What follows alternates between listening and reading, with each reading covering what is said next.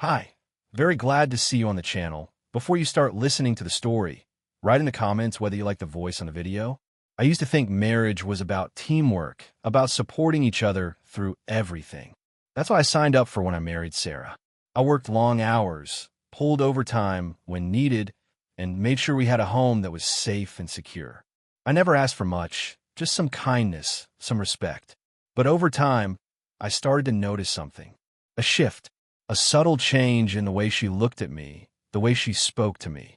At first, I told myself I was imagining things. But deep down, I knew better. It started small, the kind of things you could dismiss if you weren't paying attention. The way she sighed when I talked about work, the forced smile when I tried to tell her about something that excited me. She'd roll her eyes and say, "That's great, babe." But her voice always sounded like she couldn't care less. It stung, but I let it go. I figured maybe she was just stressed. Maybe she didn't realize how dismissive she was being. Then came the public humiliation.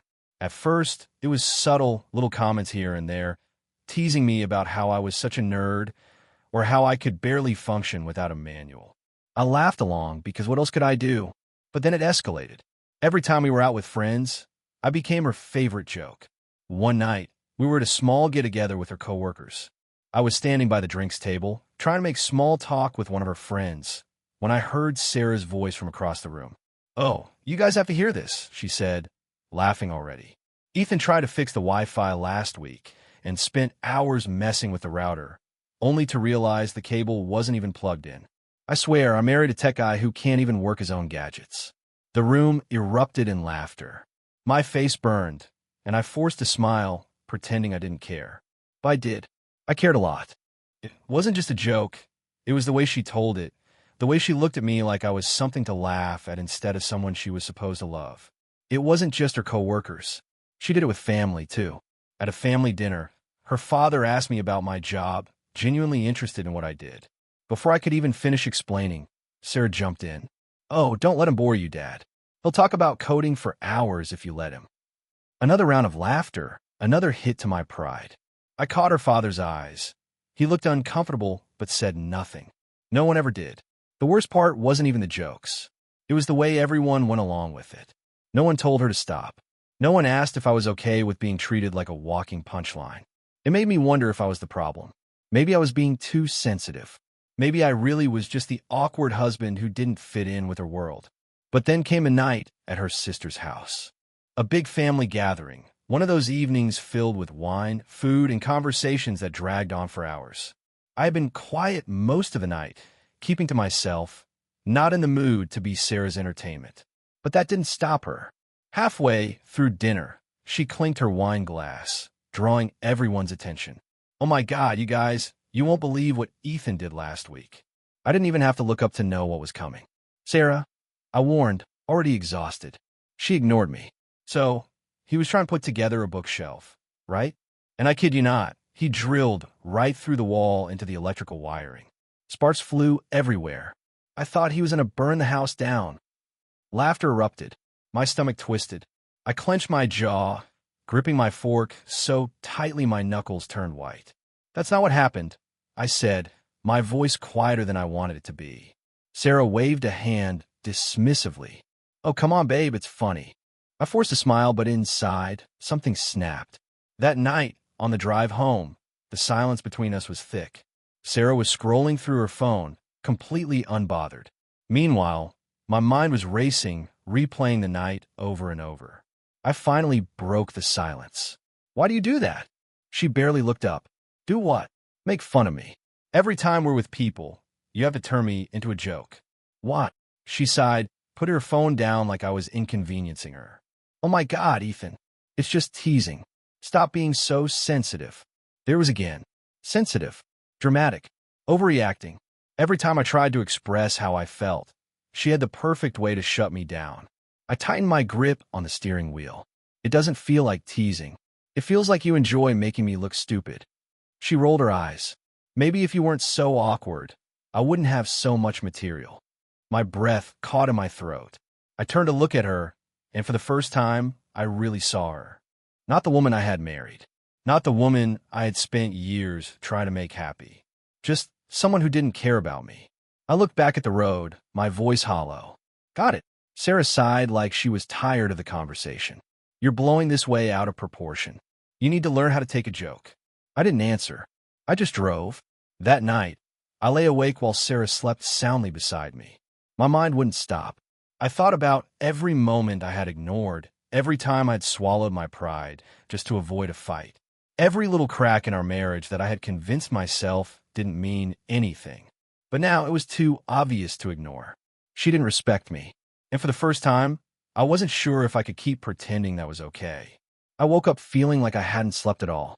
The weight of last night's conversation with Sarah sat heavy in my chest. The room was still. The only sound was the ceiling fan humming above me. I turned my head and watched Sarah sleep peacefully beside me, her face calm, unbothered. Of course she was. None of this weighed on her the way it did on me. She had torn me down in front of our friends and family, dismissed my feelings when I confronted her, and then fallen asleep like nothing had happened. I sat up, rubbing my face, trying to shake the exhaustion. I didn't feel like being in the same house with her, let alone sharing a morning routine like everything was fine. Instead of waiting for her to wake up, I got dressed, grabbed my keys, and left for work earlier than usual. At the office, I threw myself into work. Coding had always been my escape, a place where everything had rules, logic, and predictable outcomes. If something broke, you could fix it. If something didn't work, you could debug it. But there was no fixing Sarah, no debugging our marriage. Every time I thought I could patch the cracks, she made sure to shatter them open again. Around lunchtime, my phone buzzed with a message from Sarah. Hey, don't forget, dinner at Matt and Jessica's tonight. Try not to be weird, okay? My grip tightened around the phone. I stared at the screen, rereading the message, feeling my blood run hot. Try not to be weird. Not I love you. Not looking forward to seeing you tonight. Just another reminder that I was a problem she had to manage. I put my phone down without responding. The day dragged, and by the time I pulled into Matt and Jessica's driveway that evening, I was already exhausted. I took a deep breath, trying to prepare myself for another night of being Sarah's personal punching bag. Maybe if I kept my mouth shut, she'd get bored and move on to someone else. The dinner started off fine. Drinks, small talk, the usual. Jessica talked about their recent trip to Italy. Matt bragged about a work promotion. Sarah laughed, chiming in with her usual charm, playing the role of the perfect wife. But then, as always, she found her opening. So, Ethan's been obsessed with this whole smart home thing, she said, swirling the wine in her glass. He's turned our house into a wannabe CIA headquarters. Cameras, speakers, alarms.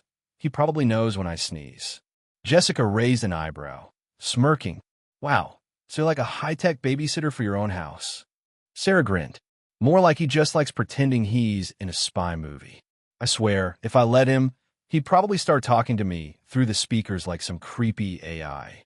The table burst into laughter. I sat there, staring at my plate, feeling that familiar burn in my stomach. I had spent weeks setting up the security system, making sure everything ran smoothly, making sure she felt safe. But to her, it was just another joke, another way to make me look like a fool. Something in me snapped. I put my drink down and leaned forward. You know, Sarah, it's funny how you love making fun of me for actually knowing how technology works. But I don't recall you complaining when I set up a system to make sure you felt safe when I'm not home. The table went quiet. The laughter died instantly. Sarah's smile faltered, just for a second, before she scoffed. Oh, come on, Ethan. Don't be so dramatic. Dramatic. There was again. The word she always used to dismiss me. I chuckled under my breath. Right, because I'm the problem. Matt cleared his throat, shifting uncomfortably. Jessica took a sip of her wine, eyes darting between us. Sarah's voice dropped lower, sharp with warning. Ethan, don't start this here. I met her gaze, my heart pounding in my chest. Why not? You never have a problem humiliating me in front of people. Why should I keep playing along? She blinked, stunned for the first time. Jessica cleared her throat. Maybe we should know it's fine. I interrupted, standing up.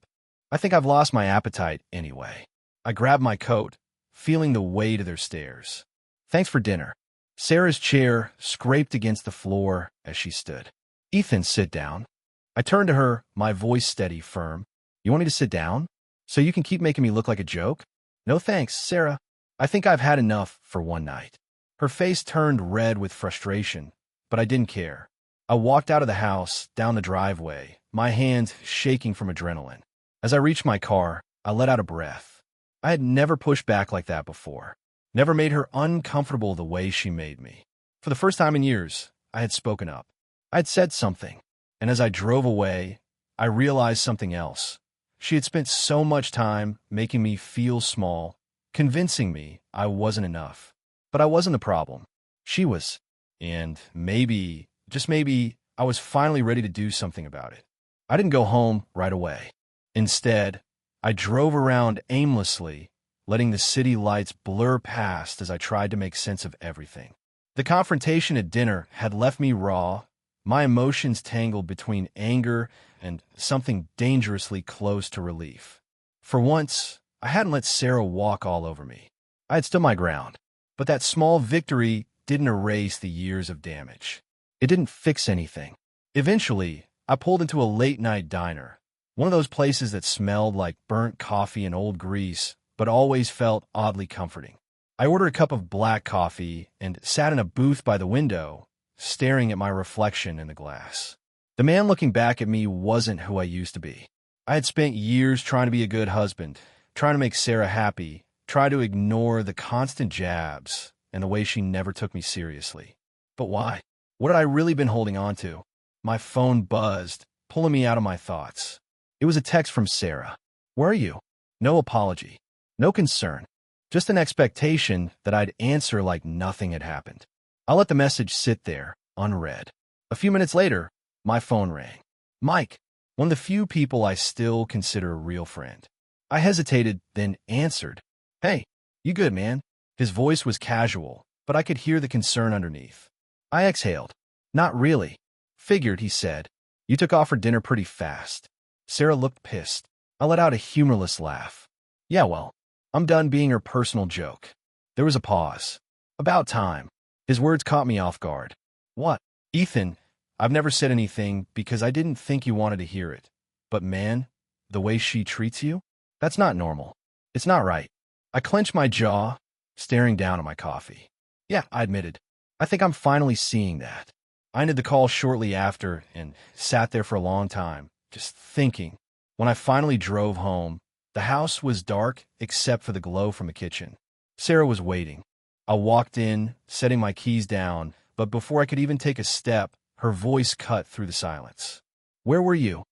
I ignored her and headed upstairs. She followed, her footsteps quick and sharp. Ethan, talk to me. I walked into the bedroom, grabbing the first clean shirt I saw, needing something to do with my hands. Talk about what? She folded her arms. About you storming out of dinner like a child. About you embarrassing me in front of everyone. I laughed, shaking my head. That's what you're worried about? Your embarrassment. She huffed. Oh, come on, Ethan. It was just teasing. You're blowing this way out of proportion. That word again. Blowing it out of proportion. Every time I tried to tell her how I felt, she turned it into my fault. I turned to face her. Sarah, do you even respect me? She blinked, caught off guard. What kind of question is that? A simple one. My voice was steady, but my heart was racing. Do you respect me? She scoffed. Of course I do. Don't be ridiculous. Then why do you always put me down? She threw up her hands. Oh my God, Ethan, you're making such a big deal out of nothing. Nothing. That word settled deep in my gut like a rock. That was what I was to her, nothing. I nodded slowly, more to myself than to her. Got it. I turned away, my mind spinning. I needed space. I needed air. Maybe I should just sleep in the guest room tonight. Anything to be away from her. But as I moved toward the dresser to grab some things, something caught my eye. Sarah's vanity was cluttered with her usual mess. Makeup, perfume, jewelry. But half hidden behind a pile of foundation bottles was a small velvet box. I frowned and picked it up, flipping it open. Inside was a sleek, expensive-looking watch. Definitely not mine. My stomach nodded. I turned it over in my hands, and that's when I saw the inscription on the back. 4D. A cold chill ran down my spine. D. Daniel. Our neighbor. The same man Sarah always seemed to talk to a little too long. The same man who always found a way to bring her into conversations at neighborhood gatherings. The same man I had told myself wasn't a threat. My breathing slowed. The world around me blurred. My hands tightened around the box. Sarah was cheating on me. And suddenly, everything made sense. I set the box down with deliberate slowness, turning back to her. She was still ranting, still rolling her eyes, completely unaware that her world was about to implode. I forced my voice to stay calm. "Who's the watch for, Sarah?" She froze. Her eyes darted to the box in my hands, her face draining of color. It was the first time in years that I had seen her truly speechless. I nodded, a bitter taste filling my mouth. That's what I thought. She opened her mouth, but no words came out. I stepped back, my hands shaking, but my mind had never been clearer. I wasn't just done being humiliated. I was done with her. She had spent years tearing me down, making me feel small, making me doubt myself. But now I had the truth, and I was going to make damn sure she faced the consequences. I stood there, staring at Sarah as the silence stretched between us. She hadn't moved, hadn't said a word. Her eyes flicked from a watch in my hand to my face, and I saw it. The fear. Not of losing me. No, Sarah wasn't afraid of that. She was afraid of being caught. Afraid of losing control. I exhaled slowly, setting the watch down on her vanity with deliberate care. "You're not going to lie to me, are you?" My voice was calm, but inside, my blood pounded like a war drum. Sarah blinked rapidly, her mind scrambling for an escape. "Ethan, it's not what you think." I almost laughed. Of course, that's what she'd say. She wasn't sorry. She wasn't ashamed. She was just trying to find the right angle to manipulate her way out of this. "Then explain it to me," I said, crossing my arms. "Explain why you have a watch engraved for Daniel." Her face twisted. "It's not. It's just a gift. A friendly gift." I tilted my head. "A friendly gift?" She nodded quickly, seizing on the idea. "Yes. He's been really supportive at work, and stop." My voice was sharp, cutting through her pathetic excuse. I saw her flinch. "Daniel doesn't work with you, Sarah." Her lips parted slightly. I watched the realization dawn on her that there was no lie that would save her. I was done playing the fool. I grabbed my phone from my pocket and pulled up the smart home app. I hadn't planned to use it this soon. I had wanted more time to set things up, to make sure I had undeniable proof. But now, I didn't need to wait.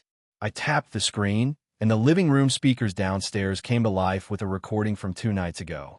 Sarah's voice, clear as day. "Ethan is so clueless, I swear. He thinks I'm at book club half the time, and he just believes it." Then Daniel's laugh. "You're lucky. My wife checks everything." Sarah's face drained of color. I played another clip. This time, it was Daniel again. "He really has no idea?" Sarah's voice followed. "Nope. He's too busy working late and messing with his dumb gadgets to even notice." She sucked in a breath. "Ethan, stop." I shut off the audio and locked my phone. "So tell me again how this is just a friendly gift?" Tears welled in her eyes. I had seen Sarah fake emotions before, but this was real. For the first time in years, she had lost control of the narrative, and she knew it. I never meant to hurt you." I shook my head, feeling nothing but cold detachment. "You never meant to get caught." She reached for my arm, but I stepped back. "Ethan, please, let's talk about this. We can fix this." "Fix this," I repeated, letting the words roll off my tongue like a joke. "You spent years tearing me down, laughing at me behind my back, and now you want to fix things?" I let out a bitter chuckle. "No, Sarah, we're past fixing." Her tears spilled over. "I still love you." I stared at her, feeling absolutely nothing. "You don't love me. You love the idea of keeping your comfortable life while doing whatever the hell you want." I grabbed my suitcase from the closet and started packing. She sobbed harder. "Ethan, please don't do this. Think about everything we've built. Think about us." I zipped the suitcase shut and turned to face her one last time. "I did think about us, Sarah, for years. And you know what I realized?" I picked up my phone and tapped a few buttons. Her phone chimed a second later. "I just locked you out of our bank account." She gasped, scrambling for her phone. And tomorrow morning, I'm filing for divorce." I walked past her, feeling lighter with every step. "Enjoy your watch, Sarah." And with that, I walked out, leaving her sobs behind me. For the first time in years, I was free. I drove without a destination, my fingers gripping the wheel so tightly my knuckles ached. The cold night air streamed through the open window, but did nothing to cool the fire burning inside me. I had spent years giving everything to Sarah, bending over backward to be the husband she deserved. And in return, she had humiliated me, disrespected me, betrayed me. I should have been heartbroken. I should have felt pain. But all I felt was fury. Eventually, I pulled in the parking lot of an old bar on the outskirts of town. The neon sign flickered, casting a dull blue glow over the cracked pavement. I needed a drink. Something strong. Something to drown out the last few hours. I pushed open the heavy wooden door and stepped inside, the scent of whiskey and cigarette smoke hitting me instantly. The place was quiet, just a few scattered patrons hunched over their drinks. I slid onto a stool at the bar, nodding at the bartender. Whiskey. Neat. He poured without a word, setting the glass in front of me. I took a slow sip, letting the burn settle in my chest. For the first time all night, I exhaled. My phone buzzed in my pocket. I pulled it out and saw Sarah's name on the screen. I let it ring. A minute later, another text. Ethan, please come home. We need to talk. I scoffed, shaking my head. There was nothing left to talk about. The seat next to me creaked as someone sat down. I glanced over and recognized a guy immediately, Mike. My coworker, one of the only people who had ever really looked out for me. He raised an eyebrow. Figured I'd find you here. I smirked. What? Am I that predictable? Mike shrugged. Nah, just knew you wouldn't go home after what happened. I took another sip of my drink. Word travels fast. Jessica called my wife. My wife told me. He motioned to the bartender. Another round for my buddy here. I watched as the whiskey filled my glass again. For years, I told myself I was overreacting, that Sarah didn't really mean to tear me down, that I was just being sensitive. I let out a bitter chuckle. Turns out, I wasn't being sensitive enough. Mike nodded. She's been treating you like shit for a long time, man. I wanted to say something, but I figured you had to see it for yourself. I exhaled, rolling the glass between my fingers. Well, I see it now. We drank in silence for a while. Then, as I checked my phone again, a thought hit me. Sarah didn't know I was tracking her. I pulled up the GPS app linked to her car. The dot moved. Mike noticed my shift in focus. What's up? I turned my phone so he could see. She's not home. Mike frowned. Where is she? I zoomed in on the map. The dot had stopped. Downtown. The location? A hotel. I stared at the screen, my grip tightening. So that was it. She had gone straight to Daniel. No time wasted. No regret. Mike watched me carefully. Ethan, whatever you're thinking. I stood, tossing a few bills onto the counter. I just want to see it with my own eyes. He sighed. You already know the truth. What's seeing it gonna do? I met his gaze, my voice steady. It'll make it real. Mike didn't try to stop me. He just nodded. Then let's go. I drove in silence, following the blinking dot on the screen. My heart should have been pounding, my hand should have been shaking. But I felt nothing. Just a cold, steady focus. When I pulled up outside the hotel, I spotted Sarah's car instantly. Mike exhaled. You sure about this? I nodded once and stepped out. Inside, the hotel lobby was quiet, the receptionist barely glancing up as I walked toward the elevator. I already knew which floor. Sarah wasn't as discreet as she thought. The same card we shared for expenses had been used to book a room. I stepped onto the elevator, the doors closing with a soft chime. The ride up felt endless. Then, finally I was there. Room 812. I stood in front of it, staring at the door. On the other side, my wife. With him. I knocked once. Silence. Then footsteps. The door cracked open, and there he was, Daniel. Shirtless. His face twisted in confusion, then realization, then fear. I smirked. Wrong room. His mouth opened, but no words came out. Then Sarah appeared behind him, wrapped in a robe, her face pale. Ethan, I held up a hand. Save it. I turned back to Daniel. I was never sure how much of a coward you were. But looking at you now, I get it. Daniel swallowed hard. Listen, man, I chuckled. Nah, I'm done listening. I pulled out my phone and, with a single tap, sent the evidence, the security footage, the recordings, the GPS data, to our family group chat. Parents, siblings, friends. Everyone. Sarah's breath hitched as her phone buzzed from the nightstand. She lunged for it, but it was too late. I turned to leave. Enjoy explaining this. Sarah sobbed. Ethan, please. I didn't look back. As I stepped onto the elevator, Mike was waiting. He studied my face. Feel better? I exhaled. And for the first time in years, I did. Yeah, I said. I really do.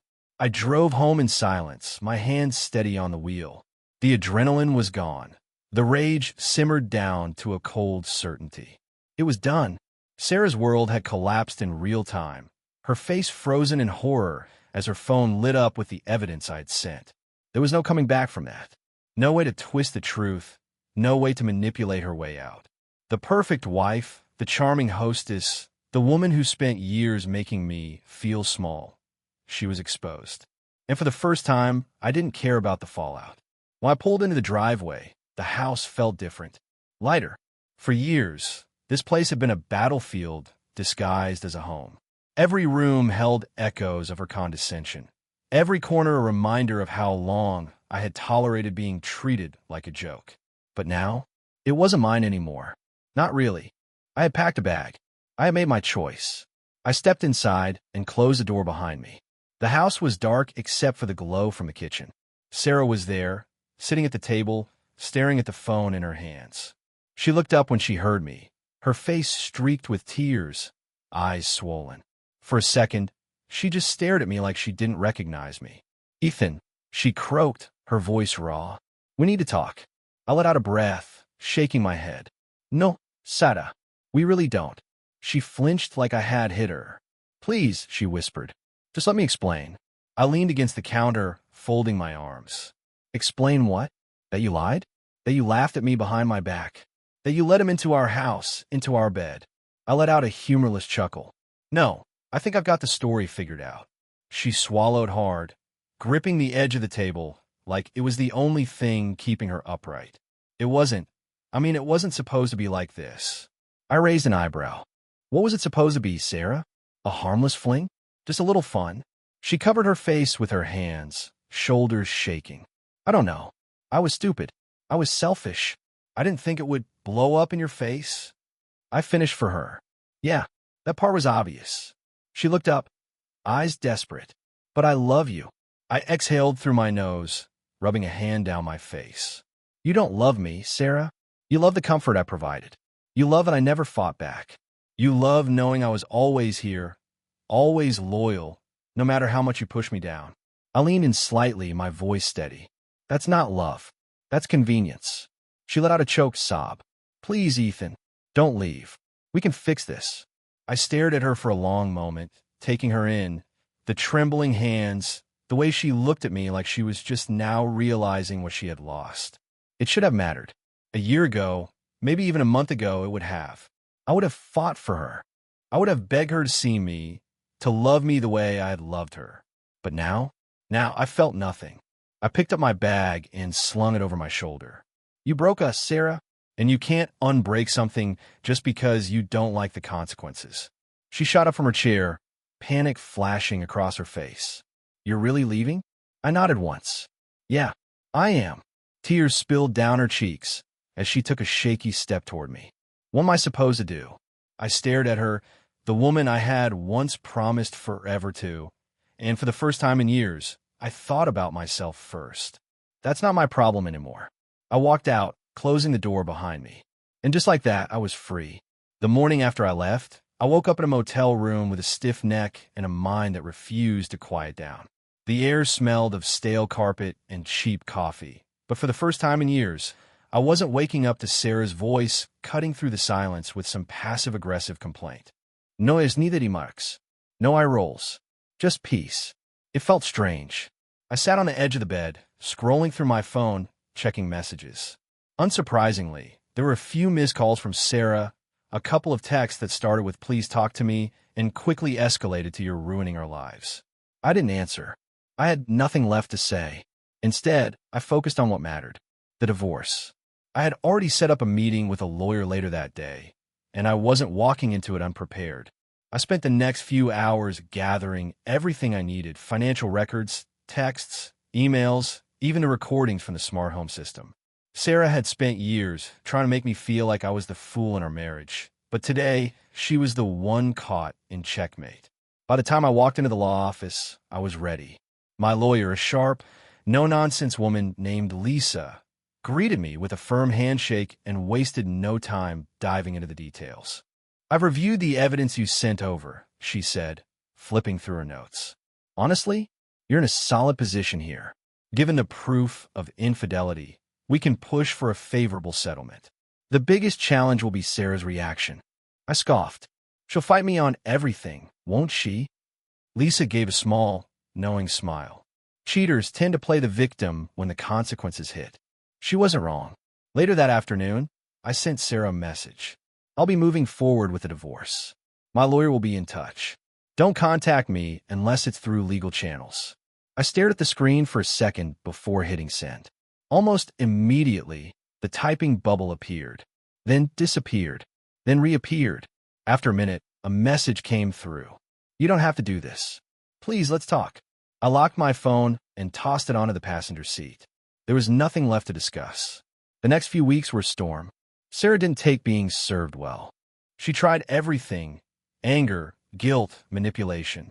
First, she called me screaming, accusing me of destroying our marriage over one mistake. When that didn't work, she tried begging, telling me she still loved me and that we could go to therapy. And when that failed, she played the victim. I started getting messages from mutual friends, some telling me I was overreacting, others saying Sarah was falling apart and maybe I should hear her out. But none of them had been there when she laughed at me behind my back. None of them had been humiliated by the woman who was supposed to love them. None of them had seen the security footage. So, I ignored them. Then Sarah tried to fight me in the divorce. She demanded the house, spousal support, even part of my savings. But Lisa shut that down fast. With the proof I had, Sarah had no leverage. The best part? She knew it. The moment she realized she wasn't going to win, she changed tactics again. One night, out of nowhere, she showed up at my temporary apartment. I opened the door to find her standing there, eyes red and puffy. She looked exhausted. "Ethan," she whispered, "can I come in?" I didn't move. "What?" She bit her lip, looking down. I just wanted to see you, to talk." I studied her for a long moment. She wasn't the same confident woman who used to cut me down with a smirk. She looked lost, pathetic even. "You don't get to do this," I said, my voice cold. Her eyes flickered with something desperate. "Do what?" "Act like you're the victim." I shook my head. "You made your choices, Sarah. You don't get to cry your way out of them." Tears spilled over her cheeks. "I miss you." I clenched my jaw. "No, you miss control. You miss knowing I'd always be there no matter what you did." I exhaled sharply. "But I'm not that man anymore." She reached for my arm, but I stepped back. "I hope you figure yourself out," I said, meaning it. "But that's not my problem anymore." Then I shut the door in her face. That was the last time I saw her. The divorce was finalized 2 months later. She got nothing but the clothes in her closet and whatever dignity she had left. I walked away with my freedom, my self-respect, and the knowledge that I had finally put myself first. And damn, it felt good. Thank you for listening to the end. I hope you enjoyed it very much. Don't forget to give a like, and tell us in the comments what you would do in such a situation.